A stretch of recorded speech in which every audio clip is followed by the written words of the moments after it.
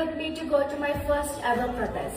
തൃശൂർ പൂരത്തിന് എഴുന്നള്ളിപ്പിന് മുമ്പിൽ തന്നെ ഉണ്ടാവും തലയെടുപ്പോടെ. Going for a protest, the first thing you need is a spine. Because ചന്ദ്രമംഗലത്തെ Revathiyamma എന്തൊക്കെയാ കാണിക്കാൻ പോകുന്നു കണ്ടോളൂ.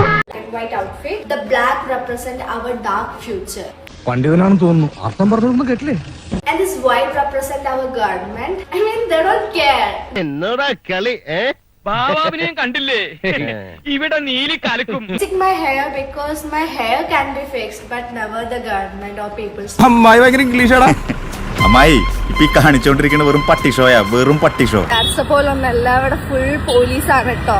ഇത്രയും ഞാൻ വിചാരിച്ചില്ല. എനിക്ക് വയ്യ. ഇനി പുഷ്പയ്ക്ക് എതിരാളികളില്ല.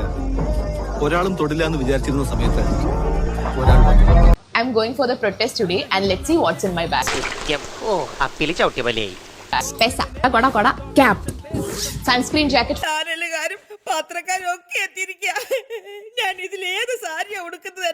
Tanni, pepper spray just in case.